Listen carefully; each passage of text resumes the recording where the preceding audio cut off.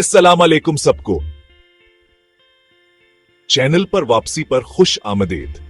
आज मेरे पास एक दिल को छू लेने वाली कहानी है जो आपको खानदान की हकीकी अहमियत और मोहब्बत और कुर्बानी की ताकत याद दिलाएगी।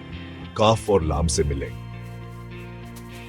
एक जोड़ा जिनका रिश्ता मोहब्बत और कुर्बानियों पर कायम था। शादी के 8 साल बाद उनके 3 खूबसूरत बच्चे थे।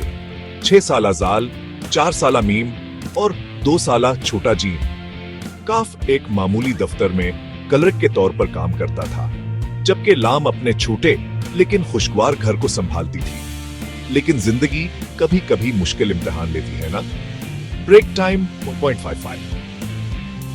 जैसे जैसे कर्जे बढ़ते गए उनकी सूरत हाल खराब होती गई और आखिरकार वो किराया अदा करने के काबिल नहीं रहे। मकान मालिक ने उन्हें बेघर कर दिया, जिससे वो मायूसी का शिकार हो गए। अब असल बात सुनिए।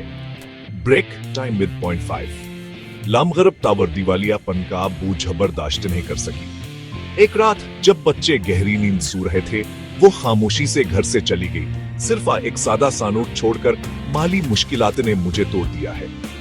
मैं अबा से बर्दाश्त नहीं कर सकती। ख्याल रखना। तसव्वुर करें कि जब काफखाली घर में अर्थात वास्कादिल कितना टूटा होगा।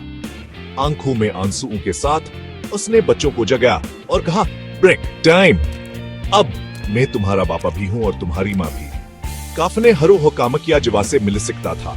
मजदूरी, होटलों में बर्तन धोना और यहां तक कहर कशा चलाना भी। हर रात थका हुआ वह अपने बच्चों को सोने के वक्त कहानियां सुनाता। तुम्हारी मां वापस आएगी, मैं वादा करता हूं। जाल अपनी मां के इंतजार में गाने गाता। मेम का गज पर उसका चेहरा बनाती और छोटा जीम हर औरत को मां कहता। काफ ने ला मको बेशुमार खतूत लिखे, हम तुम्हारे बगैर अधूरे हैं, लेकिन कोई जवाब नहीं आया।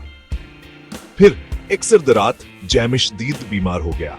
काफा से अस्पताल ले गया। रास्ते में इसका फोन बजा था।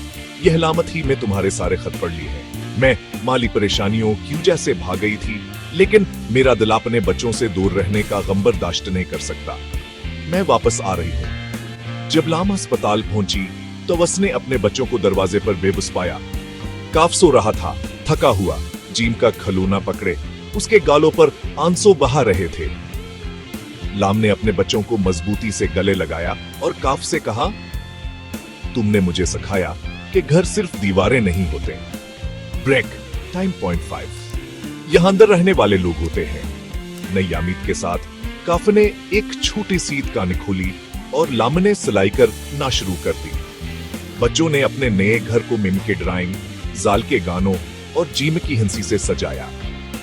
लाम की आंखों में देखते हुए काफ मुस्कुराया और कहा, तुम्हारी वापसी हमारे सबसे बड़ी फतह है। और इस तरह उन्होंने एक नया बाब शुरू किया जहां कोई आलूदान है था।